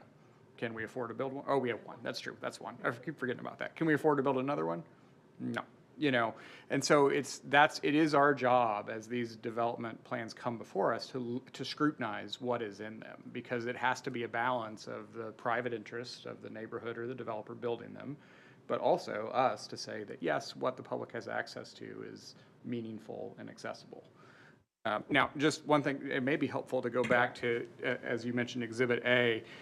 It's not just visibility from Marysville Road. So the benefit of this site is that, if you zoom in a little bit, you can see Archer Park Archer Park and Coffee House. It will have public interconnected roads on both the east and the west side. So there will be a road that connects to Oak Street. I don't know what the name of that road is. That will be very close to the to the activated portion of the park, the splash pad, things of that nature. I know Marysville Road is obviously going to be has a higher traffic volume, but I would consider this a fairly visible park site. Well, and if you consider over the, a lot of people would maybe even assume that's just Fronteras. Yeah. I do everything we can to make it clear that it's a neighborhood. I live on the Yeah. park, and there are quite a So few I think, people there. They'll figure it out, and as my understanding is, sometime in the, there'll be a pathway along Oak somewhere, which will allow people from Royal Run, Stonegate, all those people who have no parks, an opportunity to walk or bike to a park and they'll know about it. Mm-hmm. And like the Enclave can get there. If we just get someone to post on Zionsville Moms one Yeah, time, hey, I mean, the park's everybody will open. know. Yeah. The problem solved, right? It'll, be a hidden gem until everyone finds out, and then. Yeah, I mean, I live north on, like with Marysville Road, I live in Rockbridge, so it's up by Heritage Park. So I'm driving by this area all the time, and I think that proper signage is gonna be key to make sure that we say park this way, that we've got, but I think that there's gonna be plenty of, especially with the trail for Johnson Preserve, I'm hopeful with proper signage.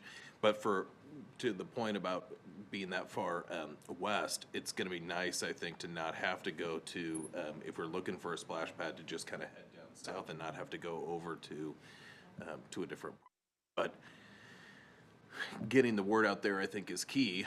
And I think that part of the reason they're willing to spend more money than what it would possibly do is because they can sell it as a feature for the community. But then, as long as we, then that gives us the ability to say, okay, well, like Zionsville Moms Group, we got to make sure that we're directing people to it. And one mom finds out about it, or one dad finds out about it, and the next thing you know, I think the word spreads, especially for the people that are going to be around there.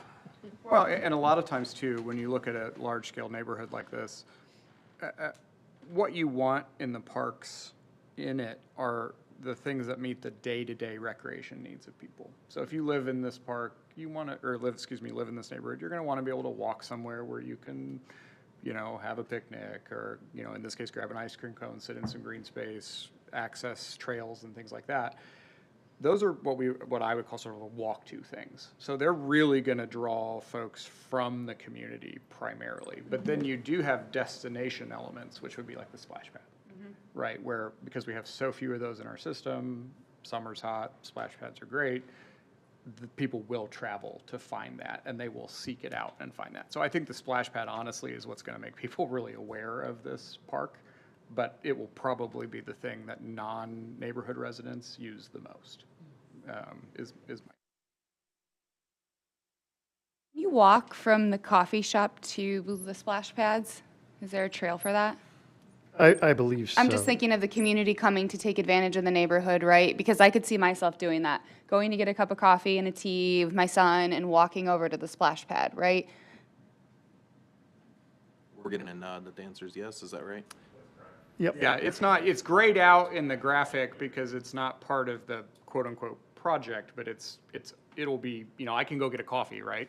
If I don't live in the neighborhood, I can go to the splash pad, get a coffee. It's probably So, encouraged. yeah, I'm assuming they want that. So I do think, and again, to your point of why is it located where it is, if I had to choose visibility over having all of this stuff immediately adjacent to an ice cream shop and a coffee shop, I would put it here every day of the week because that's a great place for me to hang out versus. Once the kids find out there's ice cream there too. Well, and again, we do mention I'll have a coffee, they vegetation can in have this, ice so they can't put a hedgerow, to block people from seeing it. So it'll be very visible from the road as well. I think it looks great. I could see myself utilizing it. I live in North Zionsville, and I would drive to something like this. I think just from the beginning, my fear is that we're going to have a lot of developments coming online, and I kind of see it as the responsibility of the developer to make their neighborhood attractive without the park impact fees, right? And to do things like this to make the neighborhood desirable. And what I don't want to see is that moving forward, every developer wants to use their park impact fees to make their neighborhood more desirable, right? Because this will be more desirable as a result of that, right? And so how do we prioritize the community at large with the individual neighborhoods going online, knowing that this sets some pretty recent precedent without any firm guidelines in place? I think good points, right? I think that anchoring to where our vision is and what gaps we need to close, because I don't think it should be the developers coming in to tell us what we need. It should be us telling the developers what our goal and what our vision is. And if we can share that vision and leverage the economies of scales, the mobilization that's already there, I think it's a win-win. I think the beating up of the plan and the critiquing of the plan and everything like that, I think that's 100% justified, and we should be in the position to call what should go there and what shouldn't go there. And I think if we do that effectively, we can approach it from a partnership perspective and not let it get out of hand. Yeah, I agree. And to your point, so we're really going to step back and look at all of what Zionsville is doing right now. We're going through our comprehensive plan update. So, I've heard some of the initial input, and there's a lot of great things in there. But if we are able to capture just how important our parks are within the comprehensive plan, that'll influence the subdivision control ordinances. So, with every new subdivision or every new development, there has to be a roadside pathway. It's at least 8 feet, that's much better than a traditional sidewalk or around 4 foot. So we've established that standard in our community. So any development team that comes here knows they have to put that in. That's really non-negotiable for the most part. So if we can incorporate and understand how we want to have our parks baked into these large developments as well, then we're talking about, we're not trading impact fees. That's baseline. And then let's talk about how we can go from there. Well, and I would just add, this is all controlled by statute, and one of the conditions to get the credit is that it can't be something they're required to build by law. So if we have that in our development standards and they have to build it, they can't get a credit for it. So this is only over and above the park and recreation infrastructure that actually enhances our plan, our zone improvement plan. Well, I think that too, there's often a misconception that robust subdivision development standards or open space requirements or even high park separate, but deter development. And generally, there's no data that supports that. Have great walkability, great green spaces, good distribution of parks, have higher property values, and developers are wanting to build there.